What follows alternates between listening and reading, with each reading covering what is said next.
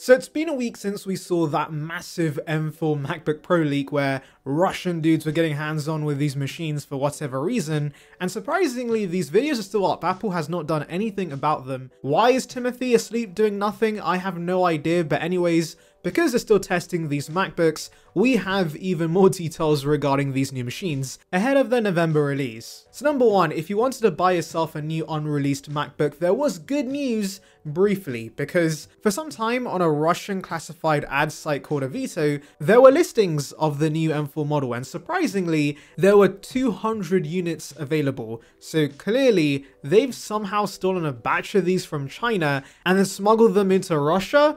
I don't know what's going on behind the scenes, but somehow Apple's had a massive breach with their supply chain. Now the listing does confirm the specs, which I'll get into later in the video, but if you were interested in buying these, they were selling these MacBooks for $7,500. That is quite the markup, guys, and so yeah, it's not really worth it unless you're a YouTuber who of course wants to flex. You have the brand new shiny MacBook on camera, but then you're gonna be on Tim's naughty list forever, so it's really not worth it, and thankfully they did take the listing down. Anyways, one of the Russian YouTubers testing these Macs has also revealed a new feature with the base M4 model, and that's support for 2 external displays with the lid open, which is an upgrade over the current M3 model that only supports 1 display. And that's likely because there is an additional port now on the base model, so yeah, it does make sense, it now supports 2 displays, but that's a nice upgrade regardless. Finally, in previous videos I'd mentioned I'm not sure if this is the base model, and well, you guys came to the rescue because someone in the comments actually noted the part number for the MacBook on the box starts with M, and that's usually for the base models. And so yes, these specs are definitely going to be for the new base M4 MacBook Pro, which is awesome, and hopefully there's no price increase with that. Now if you're wondering about the original leak, let's actually delve into that, because that basically gave us a complete overview of the machine. Number one, this unboxing video does confirm that Shrimp Apple Pro's previous leak was legit after all, and Apple is indeed being pretty lazy with the packaging, and they're just reusing the M3 boxes. I know many were surprised by this on Twitter, but let me remind you guys, the M3 MacBook Airs have the same wallpaper and box as the M2 model, so personally, I'm not too surprised. They've got to maintain those high margins somehow. Though I will mention that the M2 MacBook Pros have the same wallpaper on the packaging, but the marketing material featured a new wallpaper, so yeah, the same could apply here. Now you may be wondering, why do I care so much about a bloody wallpaper? Well, of course, when the design's not changing, that's the only visual change we can look forward to, and I love myself some snazzy new Apple wallpapers. You know what else I would love? If you subscribe to the channel, of course.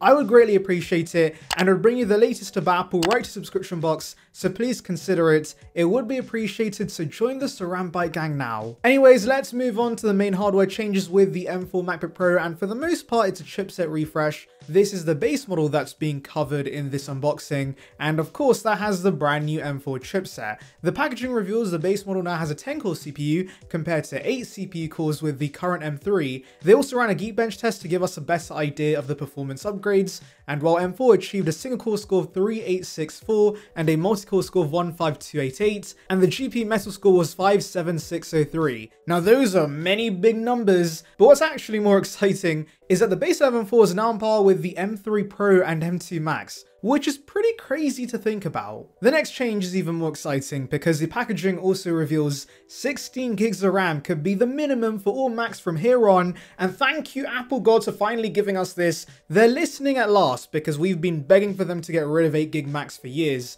and this alone would be a big reason to get the M4. In fact, I would say single-handedly the main thing that disappointed me with last year's M3 MacBook Pro was the fact it came with 8 gigs of standards. Otherwise, it was a terrific machine, and so I'm happy to see Timothy's listening to us and has been gracious enough to give us 16 gigs of RAM.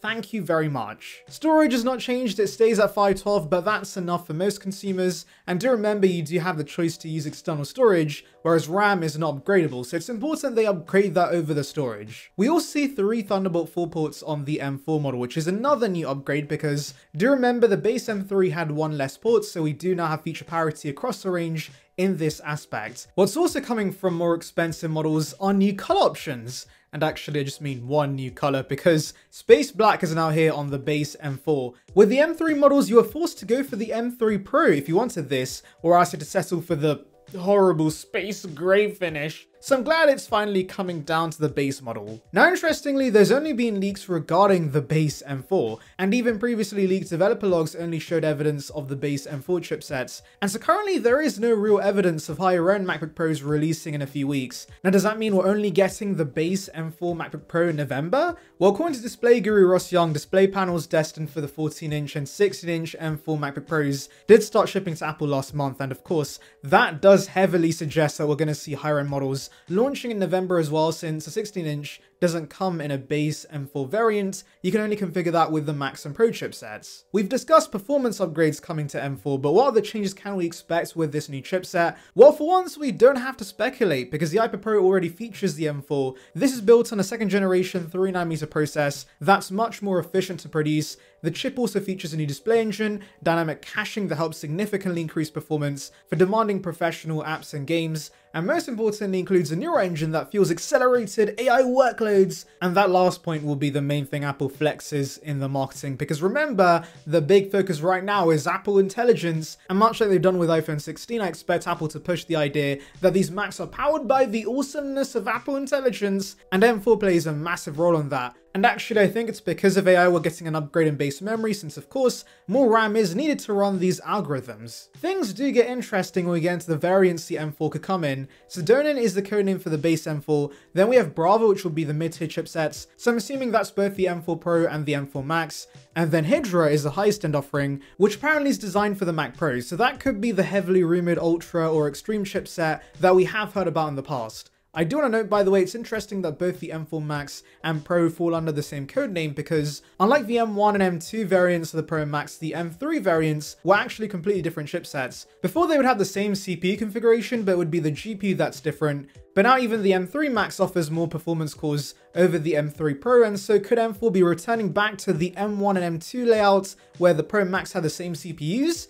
That certainly would be nice, considering M3 Pro in some ways was a weird downgrade over M2 Pro. Now, apart from MacBook Pros, there are two other M4 Macs we could see launch in November, and that's the new iMac and Mac Mini. Similar to the MacBooks, the iMac should be a chipset refresh for the most part, though of course it would be nice to see those new USB-C accessories and maybe some new snazzy colors. The Mac Mini, however, will be getting a new design with a much smaller chassis that's more in line with the Apple TV. Here's a comparison picture of the current and possible new design by TechGod on Twitter, and you can see how drastic the redesign is going to be. TechGod even theorizes that we could see elements of the Mac Studio design with this new Mac Mini, which I think could make sense. I would also like to see a space black option, similar to how they offered a space grey Mac Mini in 2018, but then again, colors don't really matter with a metal box that's going to be tucked away in the corner. Anyways, let me know your thoughts in the comments, make sure to like and subscribe for more content like this, and thank you for watching.